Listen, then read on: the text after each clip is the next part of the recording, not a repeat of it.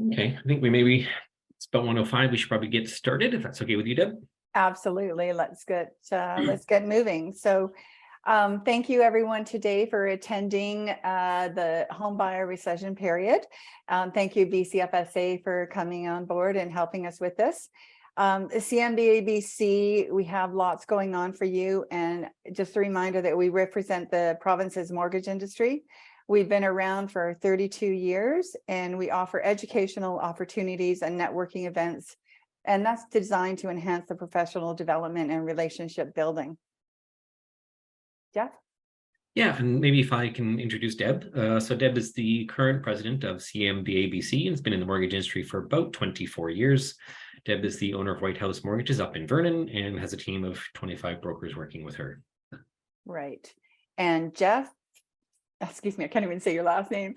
Jeff Parkin is our current president of CMBA-BC, which is the education portion, and has been mortgage brokering for over 17 years. However, in the financial industry for over 32 years. Excuse me. Jeff is owner and partner of Select Mortgage and has offices throughout the Lower Mainland and the island, and is home to over 70 brokers. So again, thank you for attending. As a reminder, due to the abundance of registrants, which we in BCFSA are grateful for, we unfortunately cannot have a Q&A open, the chat open. We have received your questions and BCFSA will be answering them directly. We are pleased to be joined today by 4 members of BCFSA's team: Pamela Skinner, Saskia Talsma, Carmen Defoy, and Emily Shaw. Pamela Skinner is Senior Vice President of Education, Licensing, and QDIC Operations. She's responsible for planning and implementation of business solution strategies in these areas. She has over 30 years of experience in banking and regulatory services. She has deep expertise in licensing, education, and professional advisory services. Her regulatory experience includes serving as Vice President of Education and Licensing with the Real Estate Council of BC. Saskia Tolsma is VP of Policy and Stakeholder Engagement at BCFSA. She is responsible for developing policies and best practices and operationalizing an engagement strategy for BCFSA as a modern, effective, and efficient regulator. She leverages over 15 years of experience in policy and regulatory development, including extensive work with a variety of government partners, regulators, and external stakeholders in order to provide strategic advice on how BCFSA meets its commitments for meaningful engagement and transparency. Deb. Emily Shaw is the Manager of Policy at BCFSA. She is responsible for policy and legislation related to real estate services and real estate marketing development. Emily has over 2 decades of experience in various roles in the federal and provincial public service.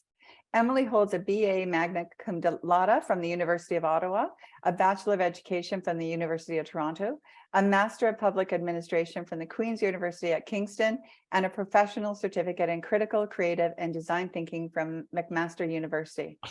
And last but not least, Carmen Defoy is the Manager of Practice Education at BCFSA, where she develops education programs, professional guidance materials, and consumer-focused resources. She leads a team of practice standards advisors who provide advice to hundreds of real estate consumers and industry professionals each month. Carmen holds a BA from Simon Fraser University, a certificate of investigations and enforcement from the Justice Institute of BC, and is nearing the completion of her Business of Masters Administration of Thompson Universities. Thank you, ladies, so much for coming on. And without further ado, I think we will turn it over to our first speaker, Pamela. Thank you so much. Thank you so much, Deb and Jeff, for that warm welcome. It's great to be here today. Thank you so much for joining us. It's just wonderful to have such a big crowd listening in to this presentation. Although the home buyer rescission period will refer to it as HBRP as we go through this. It doesn't have specific requirements for mortgage brokers, but it's obviously important that you have a foundational knowledge of these regulations so that you can answer questions that you might get from your clients. And as you will hear today, there are no mandatory disclosures required on the mortgage broker side, but there are additional mandatory disclosures for real estate licensees. But clearly, this rescission period can potentially play into the timing and flow of a real estate transaction. So certainly very important information. Another thing to remember is that the rescission period legislation was brought in by government in the context of a really hot real estate market where unconditional offers were being written reasonably routinely. And given the current state of the market, we're not really anticipating that there will be significant rescission situations in the first few months of these regulations. But as we all know, the real estate market surprises us. So we will see how this unfolds. Tracy, if you could go to the next slide, please. Thank you. So this is our agenda for today. Firstly, I'll touch a little on BCFSA, its role and its regulated entities. Then Saskia will address the evolution of the home buyer rescission period and the consultation process. Then Emily Shaw will go into the actual regulations themselves, what it means for disclosure requirements, and what it actually changes in the contract of purchase and sale.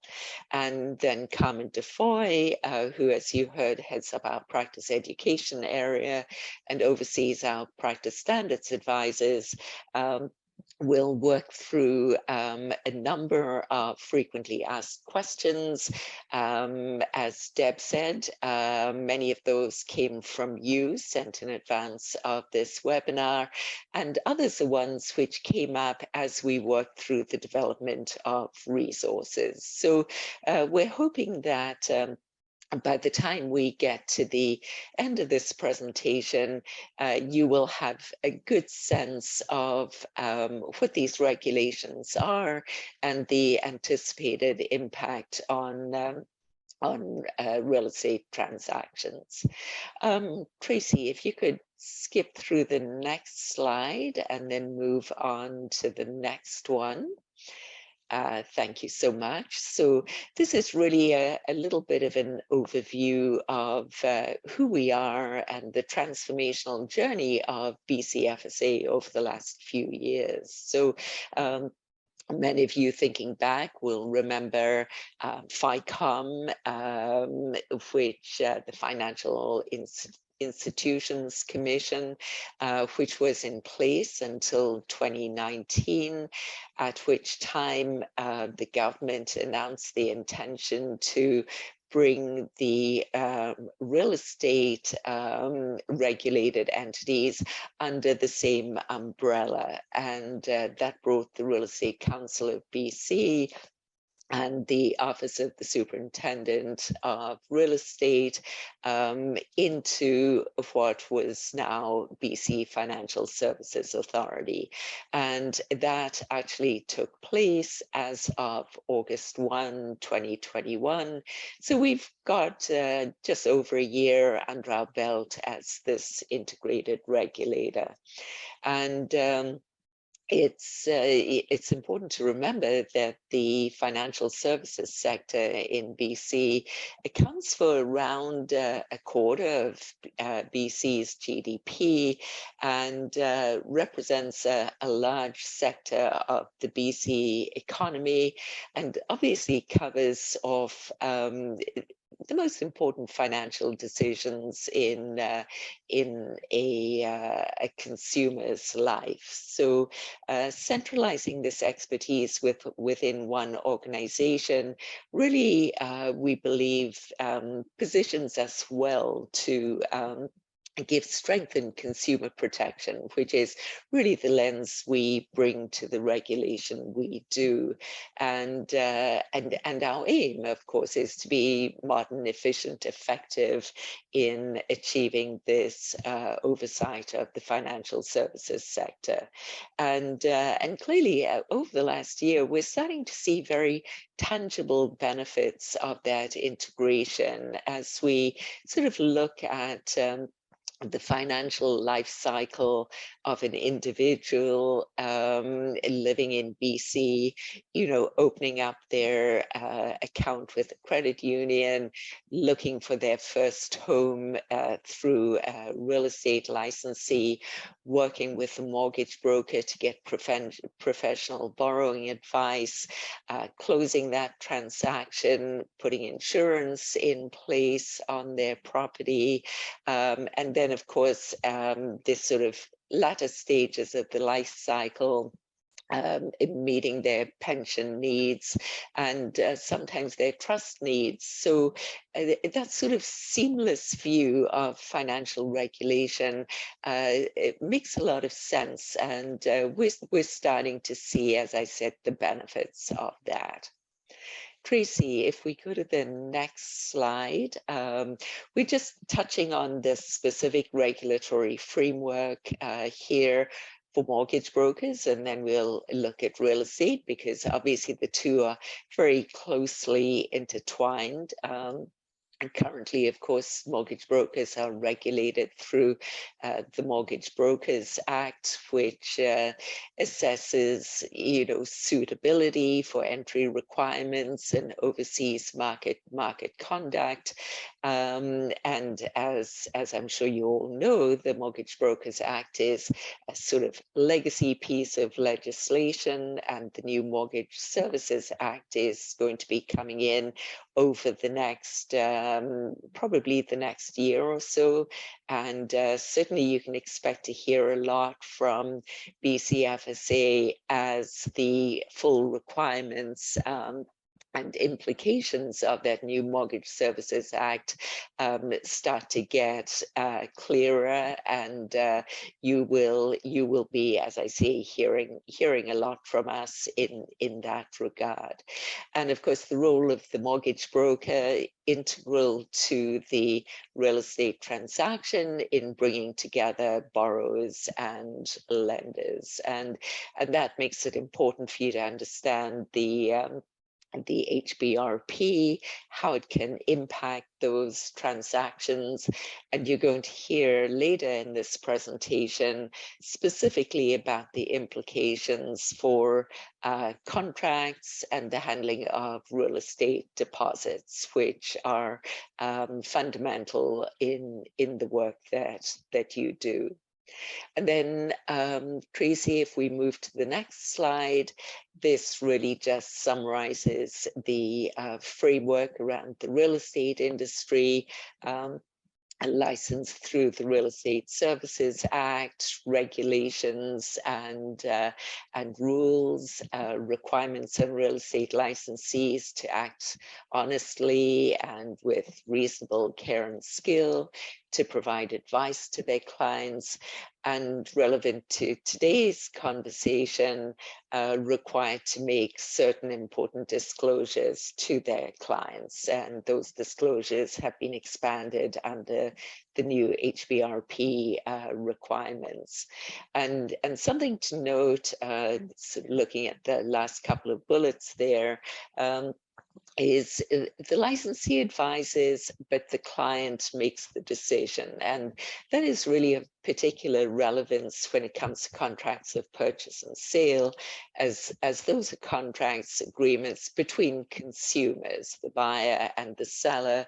The real estate licensee is not a party to the agreement, but obviously involved in advising with respect to aspects of that contract of purchase and sale.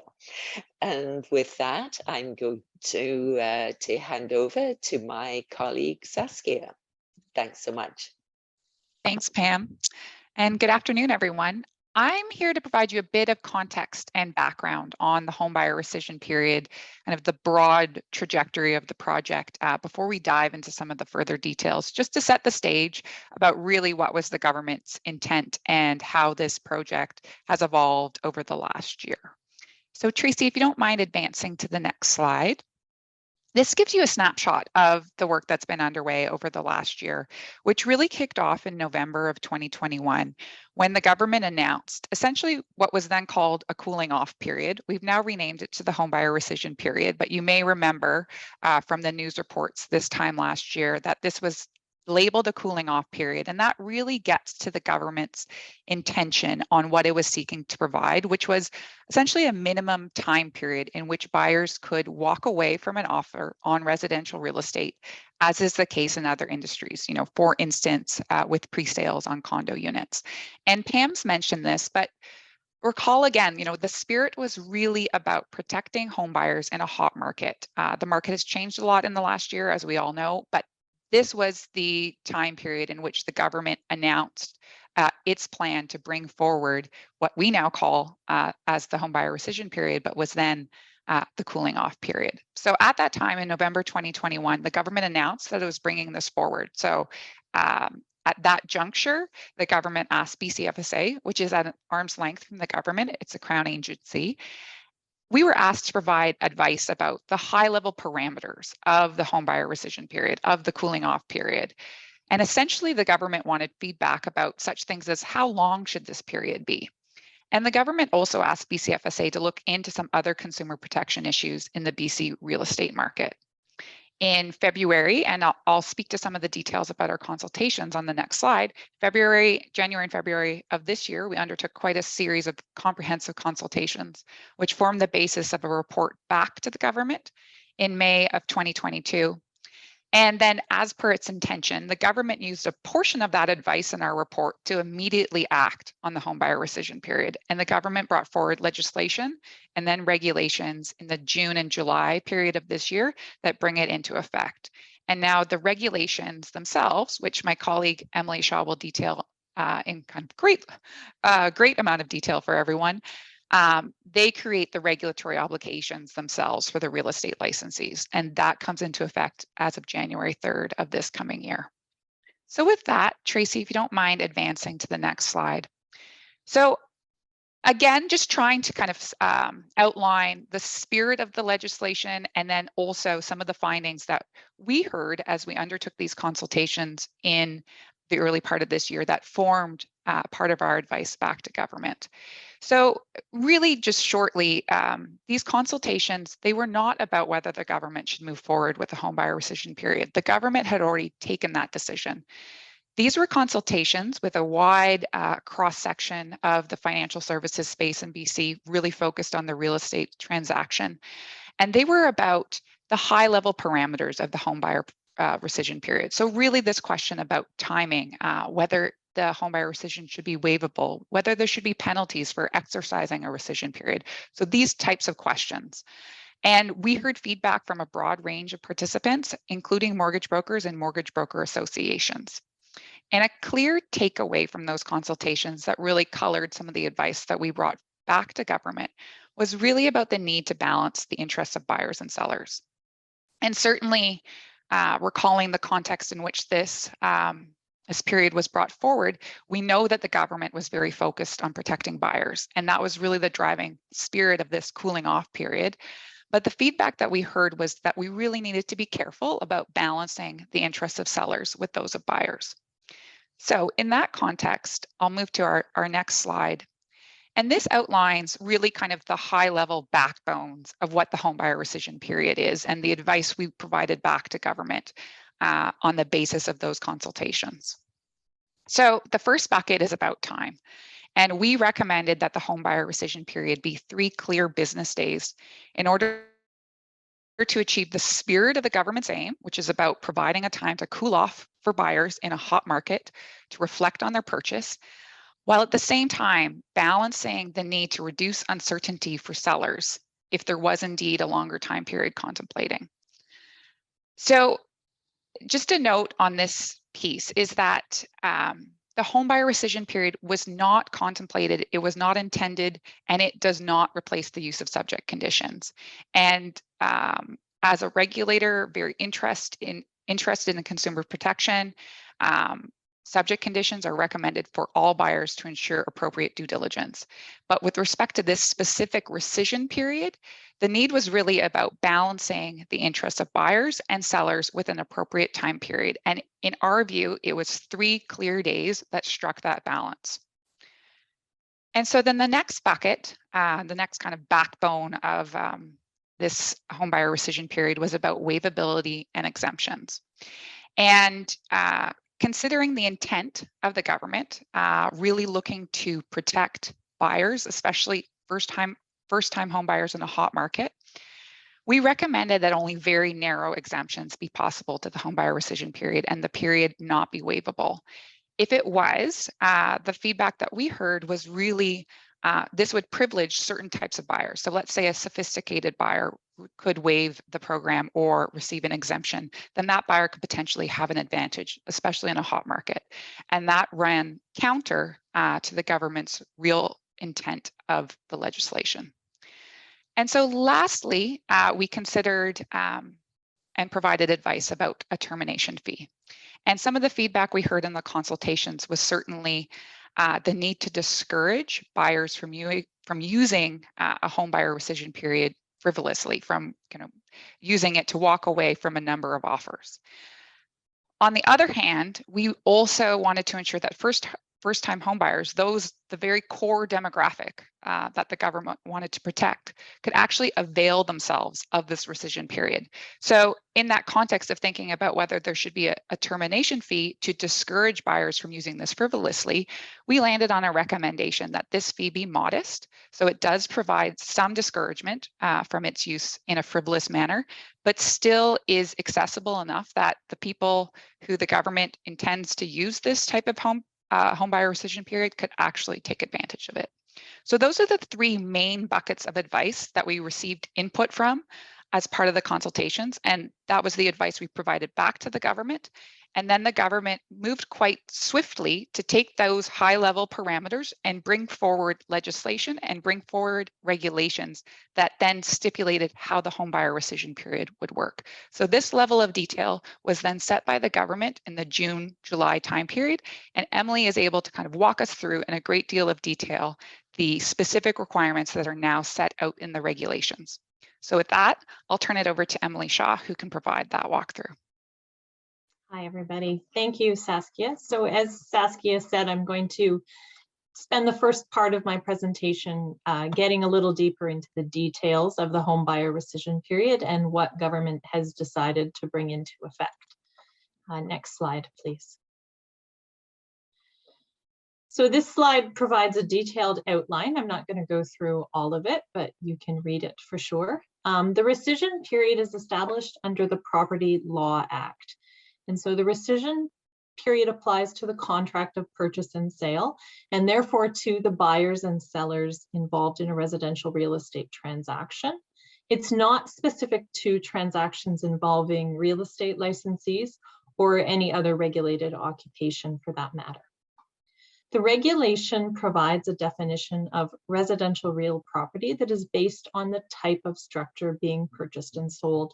So for example, the definition includes single family homes, semi-attached homes, townhouses, strata lots, and apartments in multi-unit buildings. These are the properties that people commonly purchase as their dwelling. The legislation also includes some exemptions, including real estate development units that already receive a rescission period under the Real Estate Development and Marketing Act. So there's no double rescission period for those people. It also exempts leasehold properties and residential real property located on leased land. Where the rescission period applies, purchasers receive a right to rescind or cancel a contract of purchase and sale within 3 business days of entering into the contract. So that is to say, after the offer is accepted.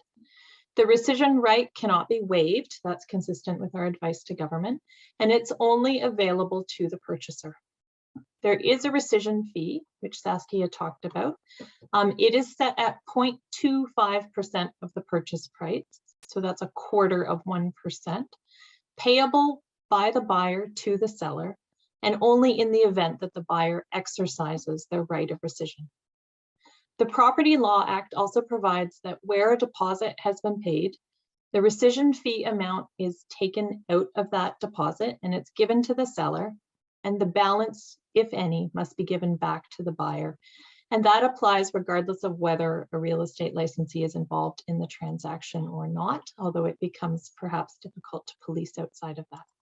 Next slide. As Saskia said, at the same time as the government published the home buyer rescission period regulation, it also published some consequential amendments to the real estate services rules. And those are the standards of conduct and business practice that the regulator provides for real estate licensees. A buyer who wishes to rescind a contract can do so by serving a rescission notice on a seller. The ways that that can be done are prescribed. So they include serving the notice by email, fax, or registered mail. And there's also prescribed minimum content that must be included in the rescission notice. And there are also new disclosure requirements that help strengthen protections for consumers working with real estate licensees. I'll talk about those in a moment. And finally, real estate brokerages are required to retain a copy of a rescission notice that they either prepare or receive on behalf of a client. And that enables some data reporting and program evaluation. Next slide.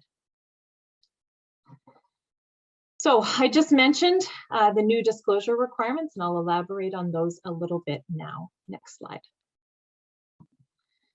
Pam has already said this, but we just want to be really clear that you guys understand that the home buyer rescission period does not create any new mandatory disclosure requirements for mortgage brokers. There are, however, two new mandatory disclosures required for real estate trading services licensees. And trading services, if you're not familiar with the term, means buying and selling. The first disclosure that real estate licensees will be required to make is contained in an existing form called the Disclosure to Sellers of Representation, the Disclosure of Representation in Trading Services. It's not specific to sellers. We also call that the DORTS. This is an existing disclosure form, and we've amended it to include information for all real estate consumers, regardless of whether they're represented by a real estate licensee in the transaction or not. That there is a home buyer rescission period for certain residential real property transactions in BC, and it includes a link to our website where they can get more information about the rescission period if they're interested. This disclosure, the intent of it is simply for a licensee to clearly let a consumer know whether or not they represent them in the transaction. So that's why it's given to everybody. The second disclosure is made by a real estate licensee to a client at the time an offer is being prepared or presented. And this is a more detailed disclosure that includes specific information, including the amount of the rescission fee that would apply to the transaction and the date on which the rescission period ends. This disclosure can be made either in a contract of purchase and sale or through a separate form. I'm going to talk more in a moment about what the second disclosure looks like, and where I'm going to cover off updates to the contract of purchase and sale. Next slide. The BC Real Estate Association, also known as BCREA, provides various standard form contracts for use by its members for the purpose of assisting their clients in real estate transactions. These are industry-owned forms that are widely used throughout the province. We thought it would be helpful for you to have a preview of the changes to these forms, as you'll almost certainly start seeing some of these new clauses appear in contracts beginning next month. Next slide. So section 1 of the purchases of contract and sale has had new wording added that sets out the dollar amount of the rescission fee. This is the amount that would become payable by the buyer to the seller in the event that the buyer exercises their rescission right. If there's a counter offer, a real estate licensee will need to recalculate and update the amount to ensure that it accurately reflects the amount due in relation to a specific purchase price.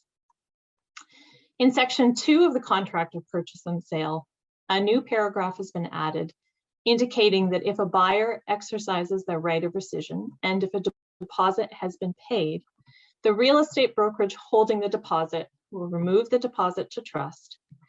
The brokerage will first pay the rescission fee amount to the seller from the deposit and then return the balance of the deposit, if there is any, to the buyer. The paragraph further indicates that if the deposit is less than the prescribed rescission fee, the buyer must promptly pay the shortfall to the seller. There's also been some updates to the information page with wording that explains these changes. Next slide. So here's a snapshot of section 1 for your information, so you know what it'll look like. You'll see that the space has been added for the rescission fee amount to be calculated and recalculated as needed. Next slide. Okay, so this is the meteor disclosure. This is the second one that I was talking about a moment ago. So a new section relating to the disclosure of the buyer's right of rescission has also been added to the contract. This is now section 23 of the contract of purchase and sale. This section includes various acknowledgements as it relates to the buyer's right to rescind the contract. And there are a number of subparagraphs. So section 23A simply sets out that the rescission right is not waivable by the buyer. B provides that the rescission right can only be exercised by the buyer by serving a rescission notice on the seller within 3 business days after final acceptance, and includes some information about what constitutes a business day. C indicates that the rescission fee amount, as set out in section 1 that we just talked about, C indicates the rescission fee amount should the buyer exercise their rescission right.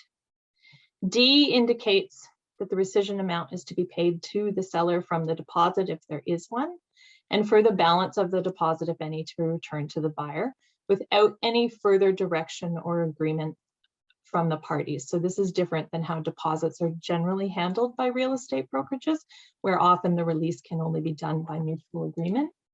Here, the funds must be returned, as I've just described. Additionally, if the deposit is less than the rescission amount, D states that the buyer is required to pay the shortfall to the seller. E lists the types of properties that are exempt from the rescission right. And finally, the form provides a space for the parties to initial to confirm that the disclosure has been made. Next slide. So again, here's a snapshot of section 23 as it appears in the contract, just for your information. And I'd like to thank the BC Real Estate Association for giving us permission to share these changes to their forms with you today.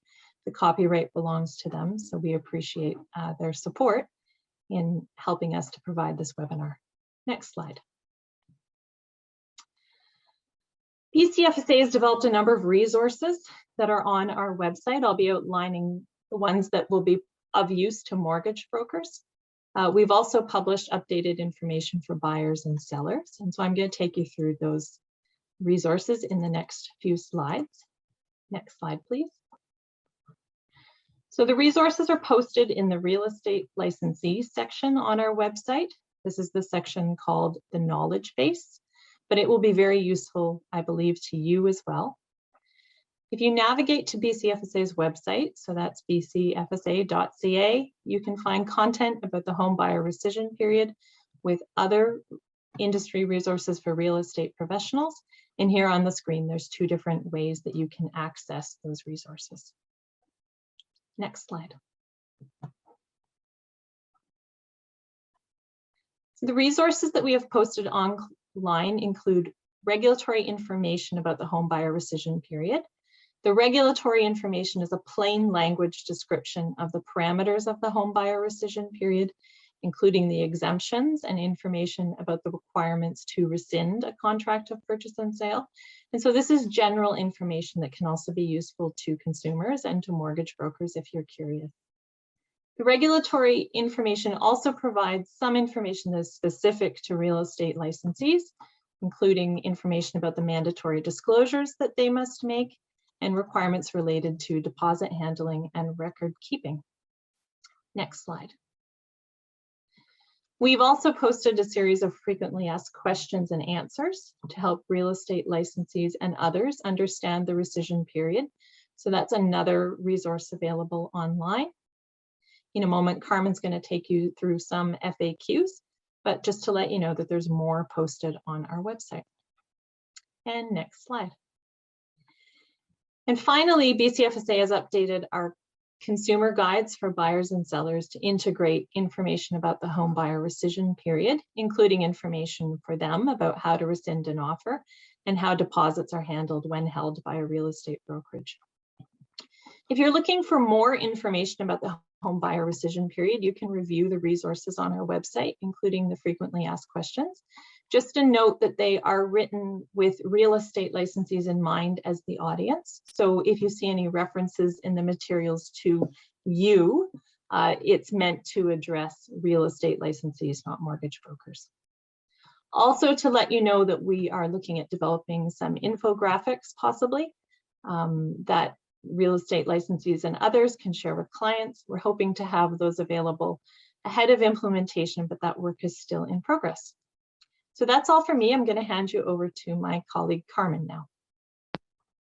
Thank you so much, Emily. So I'm going to move on to some common questions that might be top of mind and that surfaced, as Pam said, as we were working through the creation of the resources, as well as questions that you actually sent to us in advance of our session today. So we're going to run through those. So next slide for the first question, please.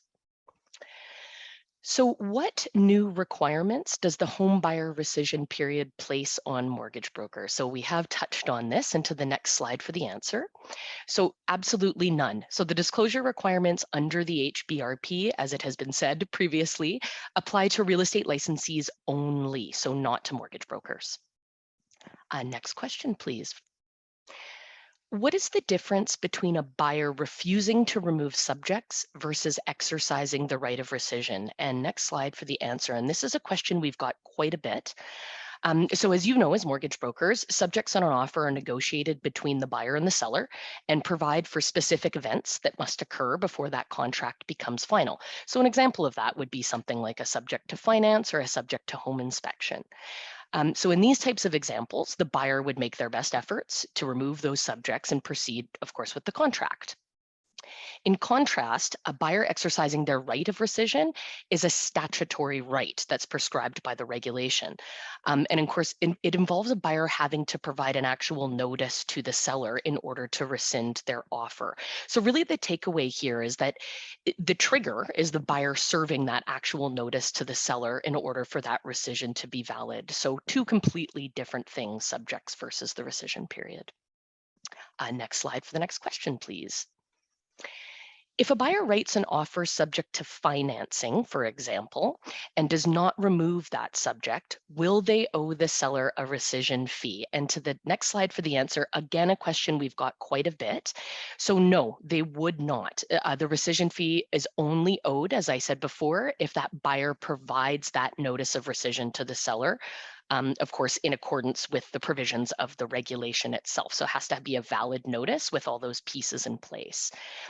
And again, a reminder just that the notice is that trigger for the rescission fee to be exercised. So there's no changes to a process for a buyer that's unable to remove subject conditions. That remains exactly the same as it was prior to the regulation coming into effect. Next slide, please. Are manufactured homes subject to the HBRP regulation? And on to the next slide for that answer. So it depends. It's not a yes or no, that one. So the HBRP applies to any manufactured home affixed to land. unless the home is subject to the exemption for homes located on leased land. So I know that's a lot of words, but what it basically means, or an example I'll give, is a manufactured home that's located, let's say, on a leased pad in a mobile home park or a manufactured home park would not be subject to the HBRP. You're dealing with a leased pad in that instance, and that would fall under that exemption. Next question, please. Do subject removal periods run concurrently with the 3-day rescission period? And next slide for the answer. Yes, they absolutely do. So if you have a subject to finance, let's say, for example, in an offer, and you have 7 days to remove it, the 3-day rescission period would run at the same time as the first 3 days of that financing subject removal period, provided, of course, that those were business days, because the rescission period is 3 business days. So they do run concurrently. That trigger, once that offer is accepted, is when that clock starts, essentially, for both of those provisions. And next slide, please.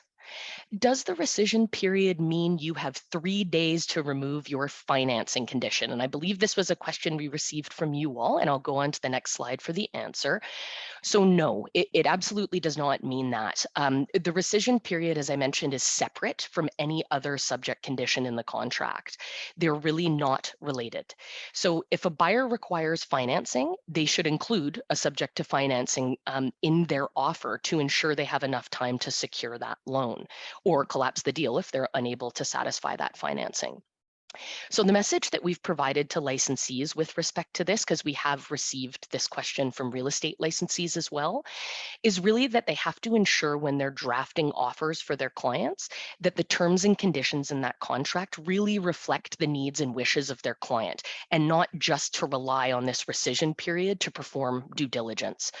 So making it very clear to real estate licensees that these are separate, and it's very important to make sure that they're protecting their needs of their clients when drafting offers. Next slide, please. Does the buyer have an automatic right to access the property during the rescission period? And the answer to that one, similar vein to our last question. So no, they wouldn't. In a subject-free offer, the buyer definitely would not have an automatic right to access the property or grant access to a lender, for example. If the offer is conditional on the buyer accessing property, let's say, for example, with a home inspection or an appraisal or something along those lines, then the seller would have to comply with the terms of that accepted offer, as they have always had to prior to the regulation coming into effect. So again here, the messaging to real estate licensees has really been to ensure that when they're drafting offers, they reflect the actual needs and wishes of their client, and not to rely on that HBRP period to do due diligence. Next slide, please. How are the 3 business days calculated? This is a question we get so often. So the 3 business days run Monday through Friday. So Saturday and Sunday are not considered business days, although I'm sure many of you work on Saturdays and Sundays and might beg to differ. But in terms of the regulation itself, we're dealing only Mondays through Fridays. And then when we look to holidays and how we define a holiday, the Interpretation Act actually satisfies that for us. So you'll see here on the screen a bulleted list of holidays that we observe in BC. I like to draw everybody's attention to the very last bullet that speaks to a day set by the Parliament of Canada or the legislature. You might notice there is a day or two, a holiday or two on here that isn't mentioned. That last bullet would really capture those days that we observe in BC as a holiday. So what comes to mind here might be Truth and Reconciliation Day, something like that. Doesn't appear to be captured, but would be captured by the last bullet in the Interpretation Act itself. And next slide, please. What happens if the real estate brokerage is not holding a deposit? And next slide to the answer. So just to circle back, we've already discussed what happens when a real estate brokerage is holding a deposit. So of course, in that instance, the real estate brokerage, if the buyer were to exercise their right of rescission, would pay that 0.25% rescission fee to the seller, with the remainder, if any, going back to the buyer. If, however, the real estate brokerage isn't holding a deposit, and it may very well be that they're not, the real estate brokerage and the real estate licensee have no obligation as it relates to the payment of that rescission fee to the seller. the buyer is the one who's legally obligated to pay that fee to the seller. And if they don't, if they refuse to make that payment, the seller would then seek legal advice as to how to recover those funds, as they would with any other contractual dispute that they might be facing in a real estate transaction. Next question, please. Can a buyer choose to waive their rescission rights? And the answer to that one, and we have touched on this, I know, prior in the presentation, but no, a buyer cannot choose to waive their rescission rights. It is prescribed by the regulation itself. They have that right. And I should add, even if both parties agree, so even if the seller and the buyer say, nope, don't need it, it is prescribed by the legislation and the buyer has that rescission right. I think that is it for the FAQs. So the next slide, just to close out. So a bit of a reminder about the communication and information coming from BCFSA. So we will continue to provide you with information through our communication channels. And you can find regulatory guidance and resources available on the BCFSA website, which Emily alluded to earlier. Recently launched newsletters to mortgage brokers called the Mortgage Broker Update. So please look out in your inboxes for that. It'll have important latest news and topics, and also a link through to the latest mortgage broker enforcement proceedings as well. Also, you can contact one of BCFSA's practice standards advisors. So our PSAs provide confidential email and telephone service for you, for the regulated entities, and members of the public. So certainly if you have any questions regarding the HBRP, please feel free to reach out to one of our practice standards advisors and they'll be happy to assist with any questions you might have. Moving on to the next slide, I'll show you the contact info for them. So if we can go there. So please take it down, take a screenshot, and feel free to give them a call should you have any questions at all. They are the experts in their field, and they certainly can speak to you at length about the HBRP. And on to the next final slide, just a quick thank you. So that's it for our formal presentation today. And I just want to thank you all so much again for attending. It's great to see the numbers and volumes of individuals who came today. And of course, a very big thank you to CMBA-BC for hosting a great session today. So thanks so much, and I'll hand it back to you, Deb. That's awesome. Thank you so much. There was a lot to take in, and I think you answered a whole lot of our questions. So we really appreciate that. Right directly after this session, our office is going to be sending out a notice and let you know, so you can tell us how we did. What did we miss? What are we lacking? So we're going to be asking for those feedback. And also, we did talk to BCFSA about possibly doing another session like this come the end of January, February, to see how it's going over the first month. Jeff? Also, just a couple of upcoming events. January 18th, we have a webinar scheduled entitled Brokers Triggering Securities Registration, The Line. And this is something we see developing where more and more brokers are out raising funds through private investors because there's a huge demand for private lending at the moment. And so this is a guide to help you understand what you can do to raise capital through private lending and what you may inadvertently do to trigger securities registration requirements, and where not to cross the line. So I think that'll be helpful for everybody. Perfect. And then we also have back finally, please save the date. We are going to have a CMBA-BC conference and trade show. And we've named it appropriately the family reunion because we get to be back together again. We are going to have so much fun. We've got a great event planned. More details will be coming, but just put those dates in your calendar. The 8th and 9th, it's going to be at the park in Vancouver, and it'll be so great to hug y'all again. It'll be so great to see everyone in person again. So please don't forget to mark those dates down. And I think after that, thank you, BCFSA, for coming on and answering our questions that we sent to you. And we look forward to meeting you again in the end of January, February to see how it's gone so far. So thank you so much. And you guys, CMBA-BC is here for you. So if you're not a member already, why aren't you? We give so much education and knowledge to our brokers that you guys should all automatically be members. Give us a call, see what you're missing out. You can call any of our directors. Thanks, everybody. Thanks, everyone.